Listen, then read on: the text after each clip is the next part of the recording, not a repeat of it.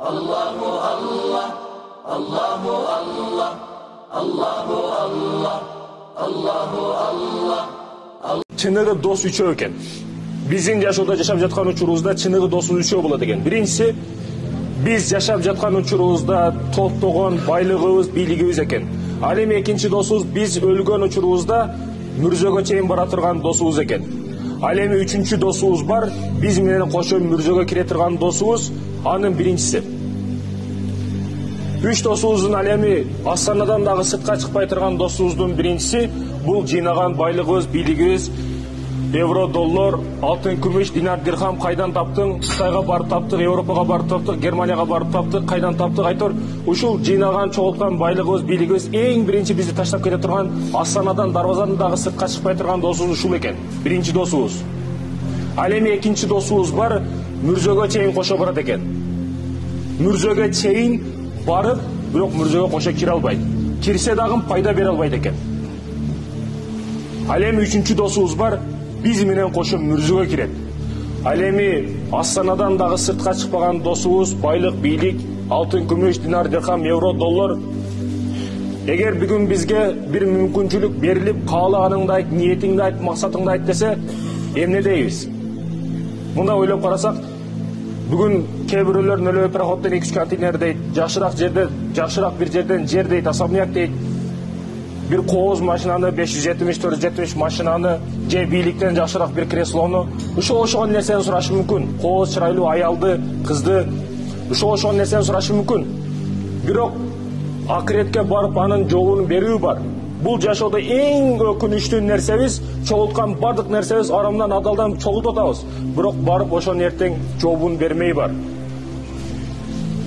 Ал эми биринчи досубуз ошол мүрзөгө чейин бара турган, дарбазадан чыкпай турган досубуз бул болсо, мүрзөгө чейин барып, бирок кайра келе бере турган досторубуз, мына жакындар, туугандар, достор, балдарыбыз, неберелерибиз мүрзөгө чейин алып барат экен.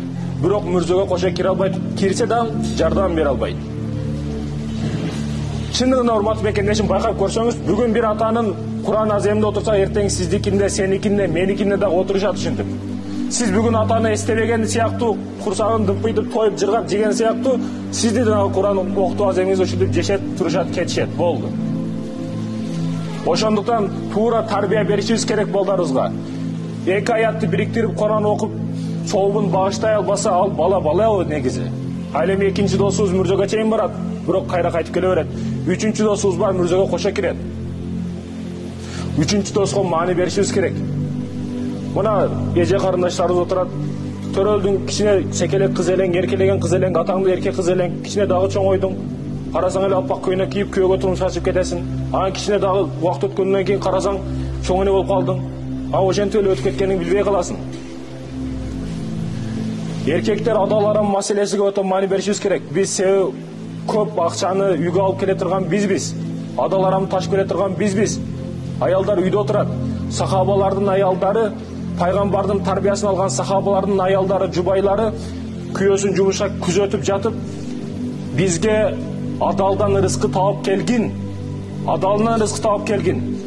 Биз ачкалыкка, кийим жоктукка, бүгүн кризиске башкага чыдайбыз. Бирок тозоктун азабыга чыдабайбыз дейт. Бетиңизге бир чымын косо чыдабайсыз. Колуңузга бир зырава кирип кетсе, бир чыпыктын бир нерсеси кирип кетсе, ошону ийне менен аласыз. Бир нерсе менен алмайынча көңүлүңүз жайга түшпөйт. Ошол чымын конгон чыдабаган адамдар эртең тозокто кантип жооп беребиз? Кандай азабга бардаш беребиз? Ошондуктан да Кудай Таала сактасын. Сакташы бул дүйнөдө Кудайдын өкүмдөрүн аткарыш керек. Бүгүн кээ бирөөлөр душам таза, жүрөгүң таза болсо болду дейт. Жүрөгүң таза болсо, ал жүрөгүң тазалыгы сыртка чыгат. Сыртың дагы таза болот, сыртың дагы үлгү болот. Бүгүн көбүбүздүн дини илимибиз, маани максатыбыз башка нерсе болуп калды.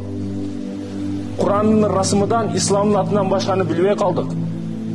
Ооба, эркек киши динден дагы билиш керек. Байлык, бизнестен дагы кетирип коюш керек. Аялын эч нерсеге муктаж кылбаш керек. Бүгүн эркектер, аял, эже карындаштарыбызга кандай мамиле кылабыз? Ахиретте ошого өтө катуу жооп беребиз. Эже карындаштарыбыз ыйлап көчөлөрдө жүрөт. Түнү заправкаларда бензин куюп атат эже карындаштары иштеп. Эже карындаштарыбыз кыйналууда, эже карындаштарыбыз азапта. Биз эркектер ошого жооп беребиз эртең. Ошондуктан негизги маселе бул эже карындаштарыбыз бизге аманат кылып берилген аманатка кыянат кылбашыбыз керек, эртең жооп беребиз. Эже карындаштарыбыздын алдында, бир туугандарыбыз алдында жооптуубуз биз. Эже карындаштарыбызга кандай мамиле кылабыз? Кээ бирөөлөр девушкасы менен 4 сааттап сүйлөшөт, эже карындашы менен 1 саат сүйлөшүп отура албайт. Эже кандайсыз, ден соолугуңуз жакшыбы, жээнерим жакшыбы, бир туугандар тынчпы сүйлөшүп отура албайт. Көчөгө жакшы бир чырайлуу кооз кийинген аял көрсө, дароо остановкада маршруттун эшигин ачат, жакшы мамиле кылат. А бирок эже карындашына кандай мамиле кылат? Мамилени оңдошубуз керек эже карындаштарыбызга, бир туугандарыбызга. Бүгүн орчундун маселелерден эң көйгөйлүү маселеси эркектердин аялдарга мамилеси бузулган.